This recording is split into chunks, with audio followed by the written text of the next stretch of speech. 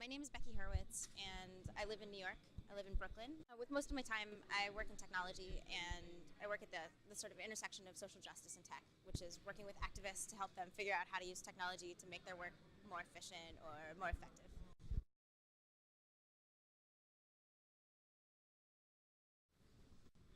I think it's very easy for for us as people to assume all sorts of things about other people's motives and lives, and I think that there's just a lack of exposure to different kinds of people, and the ease with which we're able to and willing to accept stories that we're told about other people is um, is part of the problem. I think if you live your life in New York and you never leave New York, then you're apt to believe the little things that you hear about people living in other places, whether it's the middle of this country or whether it's some other country, right? If all you have is a few limited media channels and they're all saying similar things, you just never have a chance to like break out of that. I do think though that the Arab Spring was helpful in at least giving new. I mean, maybe again it's just stereotypes, but at least giving new archetypes maybe is a better term for this to Americans about who people from the Middle East might be and what they might want, and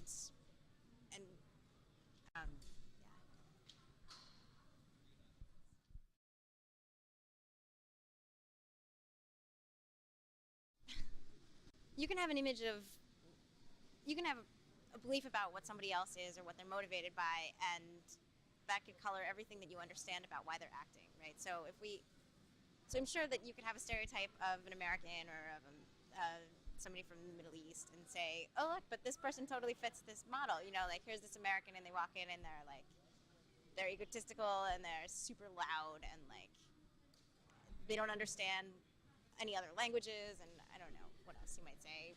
And then it's easy to convince yourself that all of the other things that you believe about Americans are also true. So I think when we assume that we understand somebody, we're all making mistakes. I think the people with the higher ground are people who realize that they can't assume these things and they ought to meet people and actually know them. And I think also, I think these stereotypes are also made by our governments, right? Like people who are really invested in ideology and in proving that one ideology is correct and another is not are the same people who are creating these stereotypes and telling us that because somebody acts a certain way, that means it's wrong.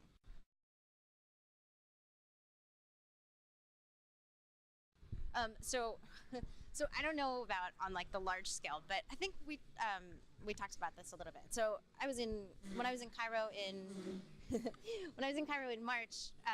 One of the things that was really exciting to me was that everybody was agitating for change, right? And so students in universities were agitating to get the board members to turn over, and new professors and taxi cab drivers were rallying in Tahrir and for higher wages, and like just everybody was agitating for little bits of change. And I think that if we looked at that micro level, that we would find that we have extreme amounts in common, like that all those little changes are what